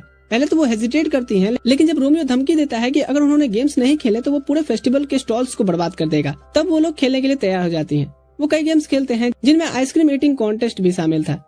जब गेम्स खत्म होते हैं तो कोच्चो को थोड़ा दुख होता है कि ये सब इतनी जल्दी क्यों खत्म हो गया, लेकिन रोमियो से कहता है कि उनकी अब हार की यही सजा होगी कि वो जब चाहे उसके साथ दोबारा खेल सकते हैं।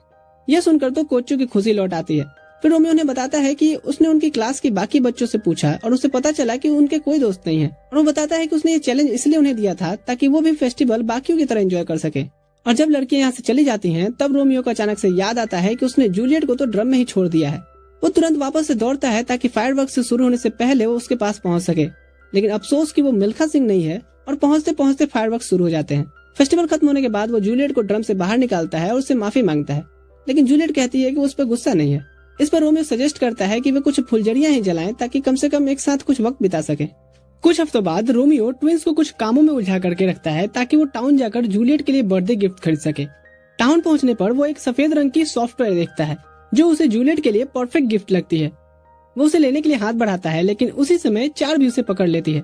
दोनों उस पर अपनी पकड़ मजबूत कर लेते हैं और खींचने लगते हैं जब तक कि वो फट नहीं जाती। अब दोनों एक दूसरे को इसके लिए दोष देने लगते हैं। उनकी बहस तब तक चलते रहती है जब तक कि एक पुलिस ऑफिसर वहां आकर इन्हें टोकता नहीं है। वो आदमी इन्हें जरूरत से ज्यादा शोर करने के लिए डांट रहा था, लेकिन जैसे उसे पता चलता है कि वो लड़की चार है तो वो तुरंत माफी मांग लेता है। फिर उसे बताता है कि इस शहर में 21 अपराधी घूम रहे हैं और उसे सलाह देता है कि स्कूल वापस चली जाए क्योंकि उसके साथ अभी कोई बॉडीगार्ड नहीं है। लेकिन चार कहती है कि उसके पास बॉडीगार्ड है और झट से रोमियो का हाथ पकड़ के उसके पास की एक दुकान में घसीट ले जाती है। जब वे दुकान से बाहर निकलते हैं तो रोमियो को एक यूनिफॉर्म में पहने हुए देखा जा सकता है। पुलिस ऑफिसर इस पर ऑब्जेक्शन लगाने की कोशिश करता है, लेकिन चार पूरी जिद पर अड़ी रहती है और कहती है कि रोमियो ही उसका बॉडीगार्ड है। वो फिर एक गली से होकर के बातें करते जा रहे थे जहाँ रोमियो कहता है कि उसे बार्बी डॉल की तरह ट्रीट किया जाना बिल्कुल पसंद नहीं है। चार कहती है कि उसके पास और कोई चॉइस नहीं थी, जिस पर रोमियो कहता है कि वो अब और उसके साथ नहीं रहेगा और जाने के लिए मुड़ता है। लेकिन तभी चार उसे रोक करके कहती है कि अगर वो रुकेगा तो उसे वो बताएगी कि जूलियट को बर्थडे पर क्या गिफ्ट चाहिए। यह सुनकर रोमियो वापस आ जाता है। टाउन में थोड़ी देर घूमने के बाद वे एक स्टोर में आते हैं और रोमियो दिखाने की कोशिश करता है कि उसे कोई इंटरेस्ट नहीं है उसे लॉन्ज वेयर देने का। लेकिन जब चार उसे कुछ आइटम्स उठा करके ये बताने लगती है कि ये जूलियट पर कितने अच्छे लगेंगे तो रोमियो इतना ज्यादा एक्साइटेड हो जाता है कि उसका नलका बहने लगता है। लेकिन फिर भी चार उसे बिना रुके और भी चीजें चुनती रहती है। थोड़ी देर बाद जब वे स्टोर से बाहर निकलते हैं तो बारिश शुरू हो जाती है, जिससे बचने के लिए वे एक जगह पे छिपने आते हैं और बारिश रुकने का इंतजार करते हैं। चार यहाँ पे अपनी ब्लेजर उतार करके उसे झाड़ने लगती है, लेकिन सही से नहीं कर पाती। इस पर रोमियो उसकी मदद करता है, लेकिन ज्यादा जोर लगाने पे उसकी ब्लेजर के कई हिस्से फट जाते हैं। चार इस पर उसे खूब डांटती है, लेकिन रोमियो तो बस उसे वापस पहनने के लिए कहता है क्योंकि अब वो उसे आई कांटेक्ट भी नहीं कर पा रहा था, क्योंकि गीले होने की वजह से चार के शर्ट के अंदर से चीजें क्लियर विजिबल थी। चार यहाँ पे उसके साथ फ्लर्ट करती है कि उसका ठड़कपन तो काफी एक्सपीरियंस लोगों के जैसा लग रहा है और अगर वो जूलियट से ब्रेकअप कर ले तो वो अपना सारा ठड़कपन उस पर निकाल सकता है। जिस पर रोमियो कहता है कि वो हवस का नहीं बल्कि प्रेम का पुजारी है। इस बात पर चार को गुस्सा आ जाता है और वो उसे जोर से लात मारती है। बारिश अब रुक चुकी होती है तो वो कहती है कि उसे बॉडीगार्ड सर्विस की जरूरत नहीं है और वहाँ से चली जाती है। इसके बाद जब वो टाउन के एक सुनसान एरिया में पहुंचती है तभी दो अचानक से अपराधी उस पर अटैक कर देते हैं। उनमें से एक उसे पकड़ने की कोशिश करता है, लेकिन चार उसे आसानी से गिरा देती है और फिर वो जैसे ही दूसरे को समझा रही होती है कि सिर्फ एक लड़की समझकर वो उसे अंडर एस्टिमेट ना करे, तभी वहाँ रोमियो आ जाता है और दूसरा आदमी रोमियो को देख करके राहत की सांस लेता है क्योंकि रोमियो के कपड़े से उसे लगता है कि वो उन्हीं का आदमी है। वो रोमियो से मदद की उम्मीद करता है, लेकिन रोमियो बिना कुछ कहे उसका सिर पकड़कर सीधे दीवार में दे मारता है, जिस पर चार उसे देखती है और पूछती है कि उसने उसकी मदद क्यों की। रोमियो से बताता है कि उसने ऐसा सिर्फ इसलिए किया क्योंकि अगर उससे कुछ हो जाता तो जूलियट को बहुत बुरा लगता। यह सुनकर चार को शौक लगता है, पर वो अगले पल ही फिर जोर जोर से हंसने लगती है। बाद में शाम के समय चार उसे आकर के बताती है कि जूलियट अपना बर्थडे उसके साथ सेलिब्रेट करना चाहती है और वो कहती है कि इस बात से वो रोमियो से बहुत जेलस है। ये कहते हुए उसे एक शॉपिंग बैग पकड़ा करके वहाँ से चली जाती है। जब रोमियो बैग को खोलकर देखता है तो शॉक रह जाता है क्योंकि उसमें एक ब्रा होती है। उस रात जब रोमियो अपने हॉस्टल से बाहर पहुंचता है तभी जूलियट का एक मैसेज एरो उसके पास आकर गिरता है। वो मैसेज पढ़ता है और लाइब्रेरी में उसे मिलने चला जाता है। जब वो वहाँ पहुँचता है तो जूलियट उससे पूछती है कि क्या वो उसके साथ उसका बर्थडे सेलिब्रेट करेगा, जिस पर वो तुरंत हाँ कह देता है। फिर जब रोमियो उससे पूछता है कि उसे बर्थडे गिफ्ट में क्या चाहिए तो जूलियट जवाब देती है कि उसे एक पेयर एक्सेसरीज चाहिए। इसके बाद जब रोमियो अपने रूम में लौटता है तो वो देखता है कि वहाँ हासुकी, आयरू और वो ट्विंस पहले से उसका इंतजार कर रही होती हैं। लेकिन सबसे ज्यादा यहाँ डराने वाली चीज आयरू की प्रेजेंस होती है, क्योंकि आयरू सिर्फ ब्लैक डॉगी का रिप्रेजेंटेटिव मॉनिटर ही नहीं बल्कि उसका बड़ा भाई भी होता है और रोमियो उससे डरता भी है। आयरू आगे बढ़ता है और रोमियो से पूछता है कि उसके रूम में एक नेकलेस क्या कर रही है। रोमियो और हासुकी दोनों चौंक जाते हैं, लेकिन हासुकी तुरंत जवाब देती है कि रोमियो ने वो उसके लिए खरीदी थी क्योंकि उसने कहा था कि उसे कुछ शाइनी चीज चाहिए। आयरू को उसकी बात पे भरोसा नहीं होता है तो वो आगे पूछता है कि रोमियो के रूम में फिर ब्रा क्या कर रही है, सीधा उस गिफ्ट की ओर इशारा करते हुए जो उसे चार से मिला था। इससे पहले कि रोमियो कुछ कह पाता, आयरू अचानक पूछता है कि क्या रोमियो का अजीब बिहेवियर इस वजह से है क्योंकि वो किसी व्हाइट कैट्स की गर्ल को डेट कर रहा है। फिर आयरू उसे याद दिलाता है कि उनके कंट्री के बीच वॉर की सिचुएशन है और अगर ये बात सच हुई तो उसे स्कूल से निकाल दिया जाएगा और परिवार से बेदखल भी कर दिया जाएगा। अचानक से आयरू रोमियो की कॉलर पकड़कर उसे हवा में उठा देता है जैसे कि वो कुछ भी न हो।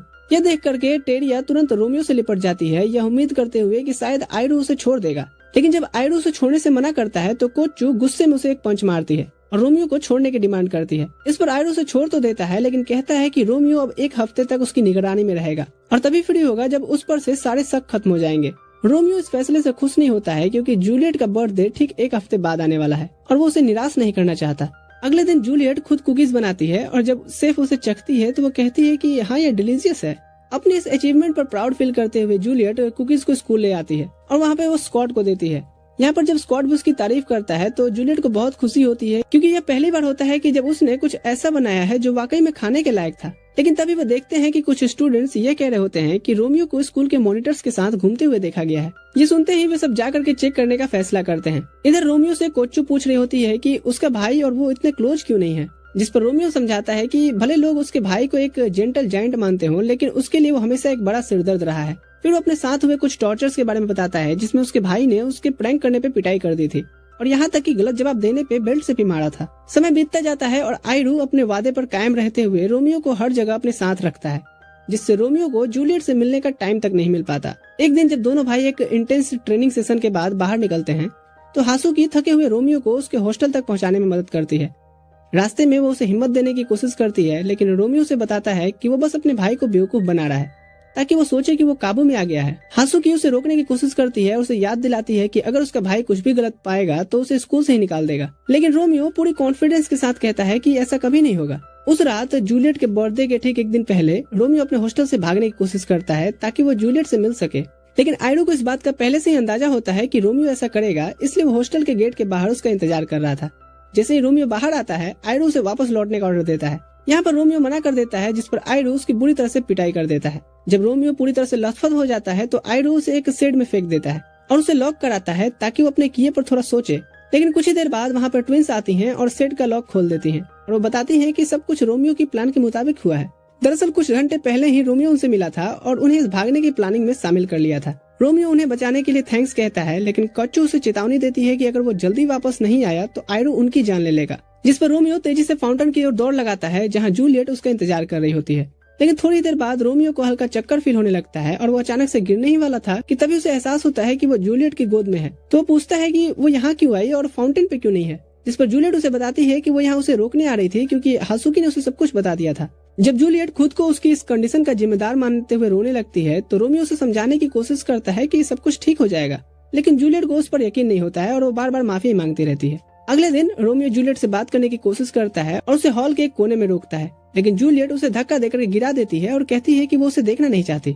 इसके बाद वो वहाँ से चली जाती है और रोमियो जमीन पर ही पड़ा रहता है जब तक कि हासुकी गलती से क्लास जाते वक्त उसके ऊपर पैर नहीं रख देती है। रोमियो का चेहरा सफेद पड़ चुका था और वो किसी भी तरह से रिस्पॉन्स नहीं कर रहा था, जिससे हासुकी उसे मेडिकल रूम में ले आती है। होश में आने के बाद रोमियो उसे सब कुछ बताता है, जिस पर हासुकी कहती है कि वो जूलियट के डिसीजन के साथ है, लेकिन वो देखती है कि रोमियो कितना ज्यादा डिप्रेस्ड हो चुका है, तो फिर वो उससे पूरा दिन क्लास स्किप करा के और रिलैक्स करने का सुझाव देती है। इसके बाद दोनों गेम्स खेलते हैं और फिर फार्म्स में जाकर के भेड़ों को सहलाने की भी कोशिश करते हैं, लेकिन रोमियो से तो सब भेड़ भी अब दूर भागने लगे थे। वहीं हासुकी को घेर करके वो उसे हर तरफ से चाट रहे होते हैं, जिस पर वो हंसते हुए कहती है कि अब इस जगह को छोड़ने का टाइम आ गया है। इसके बाद वे बेल टावर आते हैं, जहाँ पे हासुकी व्यू देखकर इतनी ज्यादा एक्साइटेड हो जाती है कि वो लगभग नीचे ही गिरने वाली थी, लेकिन रोमियो उसे एन वक्त पे पकड़ लेता है और जब उसे धन्यवाद कहती है तो उसे एहसास होता है कि रोमियो का हाथ अभी भी उसके कमर पे ही है, जिससे उसके पेट में बटरफ्लाई उड़ने लगती हैं। घबरा करके वो खुद को दूर कर लेती है और बार बार अपना सिर दीवार पे मारने लगती है जब तक कि उसके सारे ख्याल नहीं मिट जाते। रोमियो कहता है कि अब उन्हें हॉस्टल लौटना चाहिए, लेकिन जब हासुकी कहती है कि वो दोबारा भी इस जगह पे आना चाहेगी तो रोमियो को अचानक से जूलियट की याद आ जाती है और वो फिर दुखी हो जाता है। उधर जूलियट का हाल भी कमरे में बैठे ऐसे ही था, क्योंकि वो रोमियो को नहीं देख पा रही थी। तभी चार अंदर आती है और उसे कई बार पुकारती है, तब जाकर के जूलियट ध्यान देती है। जैसे ही जूलियट अपनी गहरी सोच से बाहर आती है, चार की नजर उन कुकीज पे जाती है जो जूलियट पिछली रात रोमियो को देने वाली थी। चार उससे पूछती है कि वो अभी तक उन कुकीज को क्यों रखे हुए है, जिस पर जूलियट झूठ कहती है कि उसने ये खुद के लिए रखा है। चार को उसकी बात पर यकीन नहीं होता और वो उसे सच बताने के लिए कहती है। जूलियट यहाँ कहती है कि उसने रोमियो को दुखी किया है। जब वो पूरी बात बताती है तो उसकी आंखों से आंसू छलकने लगते हैं और वो आखिरकार ये मान ही लेती है कि वो रोमियो से दूर नहीं रह सकती। कुछ देर बाद चार रोमियो को ढूंढने के लिए निकलती है और उसे हासुकी के साथ देखती है। अब यहाँ पर चूंकि चार को ड्रामा क्रिएट करने में मजा आता था, तो वो अचानक से हारुयो को थप्पड़ मारते हुए कहती है कि अगर उसने अपने इन दोनों दिमागों का इस्तेमाल पहले करके रोमियो को अपने जाल में फंसा ली रहती तो जूलियट को आज इतना दुख नहीं सहना पड़ता। इसके बाद वो कुकीज निकाल करके रोमियो को दे देती है और कहती है कि जूलियट ये उसे कल देना चाहती थी। रोमियो उन्हें चुपचाप ले लेता है, जिस पर चार कहती है कि अब वो जूलियट का बर्थडे पार्टी के लिए तैयार हो जाए। चार के जाने के बाद रोमियो कुकीज का एक टुकड़ा खाता है और उनकी मिठास महसूस करते हैं उसकी आंखों में आंसू आ जाते हैं। फिर वो हासुकी से पूछता है कि क्या वो इस साल भी जूलियट की बर्थडे पार्टी में घुसने के लिए तैयार है, जिस पर हासुकी झट से हाँ कह देती है। इस बीच जूलियट कैंट से मिलने जाती है, जो व्हाइट कैट्स का स्टूडेंट रिप्रेजेंटेटिव होता है, लेकिन वो कुछ कह पाती इससे पहले ही एक स्टूडेंट भागते हुए अंदर आता है और बताता है कि ब्लैक डॉगिज ने उनके हॉस्टल पर अटैक कर दिया है। तुरंत ही जूलियट बाहर जाने की कोशिश करती है, लेकिन कैंट उसे रोकते हुए कहता है कि वो लोग उसे ही टारगेट कर रहे हैं, इसलिए उसका बाहर जाना ठीक नहीं है। नीचे रोमियो और उसकी गैंग की डिमांड होती है कि जूलियट खुद आकर बाहर मिले, लेकिन तभी स्कॉट कुछ व्हाइट कैट स्टूडेंट्स के साथ आता है जो भी अपने हाथ में पाइज लिए खड़े होते हैं, और देखते ही देखते पाई वॉर शुरू हो जाती है। रोमियो इस फालतू की लड़ाई में शामिल नहीं होता और धीरे धीरे जूलियट को ढूंढने निकलता है, लेकिन क्योंकि वो व्हाइट कैट के हॉस्टल से अनजान रहता है तो उसे कुछ समझ नहीं आता कि जाना कहाँ है। तभी सोमाली अचानक से छत से कूद करके उसे पकड़ लेती है और रोमियो तुरंत समझ जाता है कि ये है तो एबी भी आसपास ही होगा। वो ऊपर की तरफ देखता है तो उसे बस एक लाल बालों वाला भिखारी दिखता है। ध्यान से देखने पर उसे एहसास होता है कि वो एबी ही है। रोमियो पूछता है कि उसके साथ आखिर क्या हुआ, जिस पर एबी बताता है कि स्पोर्ट्स फेस्टिवल के बाद जब उसकी चालाकी सभी के सामने आई तो उसे हॉस्टल से निकाल दिया गया और वो तब से गार्डन में ही रहकर काम कर रहा है। अब यहाँ पर एबी का प्लान रहता है कि उसे व्हाइट कैट्स को सौंपने का, ताकि वो फिर से हॉस्टल में रहने की परमिशन मांग सके। रोमियो को एबी से कोई डर नहीं था क्योंकि वो खुद अपने आप को कमजोर समझता है, लेकिन वो चिंतित था सोमाली के मजबूत पकड़ को लेके। तभी उसे ध्यान आता है कि सोमाली एबी की दीवानी है, तो वो इस कमजोरी का फायदा उठाता है और वो सोमाली से कहता है कि एबी उससे जेलस हो रहा है क्योंकि वो रोमियो को इतनी जोर से पकड़ बैठी है। सोमाली उसकी बात पर तुरंत यकीन कर लेती है और रोमियो को छोड़ करके एबी से चिपक जाती है। इसका फायदा उठा करके रोमियो ऊपर की तरफ दौड़ता है और 3rd फ्लोर पर पहुंच जाता है, लेकिन वहाँ उसे कुछ व्हाइट कैट स्टूडेंट्स घेर लेते हैं। तभी अचानक कैट उसे पकड़कर छत पर खींच लेता है। यहाँ रोमियो को कैट पे भरोसा नहीं होता और ऊपर से उसकी हरकतें भी बहुत अजीब सी होती हैं, इसलिए वो वहाँ से भागने की कोशिश करता है, लेकिन कैट उसे बताता है कि जूलियट 4th फ्लोर के कॉर्नर रूम में है। रोमियो पूछता है कि वो उसकी मदद क्यों कर रहा है, जिस पर कैट जवाब देता है कि उसे गेम्स खेलना पसंद है। वो कहता है कि वो भी रोमियो की ये पाई वॉर वाले गेम का हिस्सा बनना चाहता है। तभी अचानक 4 और कुछ व्हाइट कैट के स्टूडेंट्स आ जाते हैं और 4 कैट को रोमियो के साथ खिलवाड़ करने के लिए डांटती है। कैट कहता है कि अरे उसने उसकी मस्ती खराब कर दी। फिर वो रोमियो को बताता है कि वो व्हाइट कैट्स का रिप्रेजेंटेटिव है। इसके बाद 4 उसे सरेंडर करने के लिए सलाह देती है क्योंकि उसके पास बचने का कोई रास्ता नहीं होता। कैट भी चेतावनी देता है कि अगर रोमियो ने सरेंडर नहीं किया तो हालात और भी बिगड़ सकते हैं। इसी बीच जूलियट जबरदस्ती उस दरवाजे को खोलने की कोशिश करती है जिसमें उसे लॉक कर दिया गया था, लेकिन वो खोल नहीं पाती। पर रोमियो से मिलने की उसकी इतनी इच्छा स्ट्रांग थी कि वो खिड़की के रास्ते भागने का प्लान करती है। उधर 3rd फ्लोर पर कैट रोमियो की बुरी तरह से धुलाई कर रहा होता है, लेकिन फिर भी रोमियो हार मानने को तैयार नहीं था। अचानक वो कैट की तरफ दौड़ता है और अपने ब्लेजर को उसके फेस पे फेंकता है, लेकिन कैट उसे झटक कर हटा देता है और कहता है कि ये छोटी मोटी ट्रिक्स उस पर काम नहीं करेंगी। तभी रोमियो मुस्कुराता है और उसे नीचे देखने के लिए कहता है। जैसे ही कैट नीचे देखता है तो उसे पता चलता है कि उसके पैरों को बेल्ट से बांध दिया गया था। ये देखते ही कैट कुछ समझ पाता उससे पहले ही रोमियो खिड़की की ओर भागता है और छलांग लगा देता है। सभी को लगता है कि रोमियो पागल हो गया है, लेकिन किसी को अंदाजा नहीं था कि 4th फ्लोर की बालकनी पे जूलियट उसका इंतजार कर रही है। रोमियो जैसे ही खिड़की से छलांग लगाता है, जूलियट उसे पकड़ लेती है। इधर जब स्कॉट खिड़की से नीचे झांकता है तो रोमियो गायब ही हो गया था, जिससे वो हैरान हो जाता है कि आखिर रोमियो कहाँ गया। उसी समय वो ट्विंस आयरू के ऑफिस में आते हैं और उसे बताते हैं कि 1st ईयर स्टूडेंट्स ने जूलियट की बर्थडे पार्टी खराब कर दी है। उधर व्हाइट कैट हॉस्टल की बालकनी पे रोमियो और जूलियट बातें कर रहे होते हैं, जहाँ जूलियट उसे बताती है कि वो खिड़की के रास्ते बालकनी तक कैसे आई। यह सुनकर रोमियो उसे डांटता है और कहता है कि उसने बहुत डेंजरस वाला काम किया है। इस पर जूलियट आर्गुमेंट करती है कि असली खतरा तो रोमियो ने उठाया है क्योंकि वो उसके हॉस्टल में जबरदस्ती घुस आया है। इसके बाद जूलियट और रोते हुए कहती है कि उसे डर है कि अगर रोमियो के भाई को जब इस बात का पता चलेगा तो और बुरा होगा। रोमियो उसे संभालने की कोशिश करता है और कहता है कि वो सिर्फ उसे बर्थडे विश करने आया है।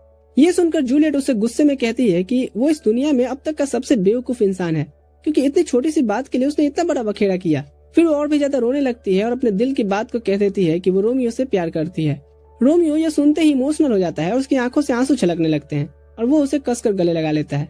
इसके बाद दोनों नीचे जाते हैं और सबके सामने एक शो करने लगते हैं, जहाँ वो एक दूसरे को पाई से मार रहे होते हैं। लास्ट में वो दोनों अनाउंस करते हैं कि लड़ाई ड्रॉ हो गई है, लेकिन उनकी किस्मत बहुत ज्यादा खराब होती है क्योंकि उसी समय आयरू यहाँ आता है और सीधा रोमियो की तरफ बढ़ने लगता है। जब वो उसके बिल्कुल सामने आकर रुकता है तो उससे पूछता है कि क्या वो जिस व्हाइट कैट से मिला हुआ है वो जूलियट है।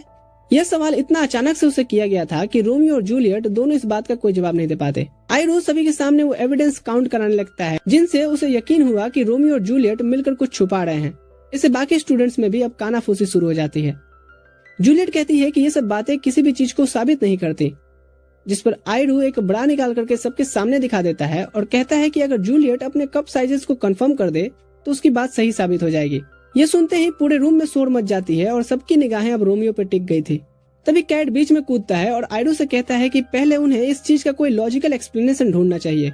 फिर वो जूलियट से कहता है कि वो उसके ऑफिस में आकर के मिले।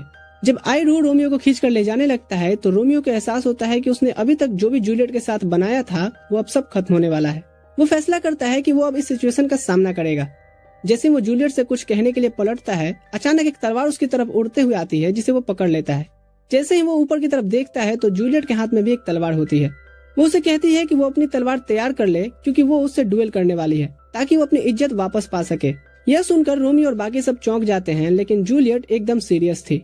रोमियो उसे रोकने की कोशिश करता है, लेकिन इससे पहले कि वो कुछ कह पाता जूलियट उस पर अटैक कर देती है। रोमियो अपने बचाव में तलवार का इस्तेमाल करता है, लेकिन वो उस पर अटैक नहीं करता। यह देखकर आयरू कहता है कि उनकी लड़ाई बस एक नाटक है और कुछ भी नहीं। रोमियो को जल्दी समझ में आ जाता है कि जूलियट इस डुएल को लेकर के इतनी सीरियस क्यों है, जब वो कहती है कि यह फाइट वो खुद को बचाने के लिए लड़ रही है। यहाँ रोमियो को एहसास होता है कि अगर वो दोनों पूरी तरह से इस फाइट में सीरियस नहीं हुए तो दोनों का कोई मोटिव पूरा नहीं हो पाएगा।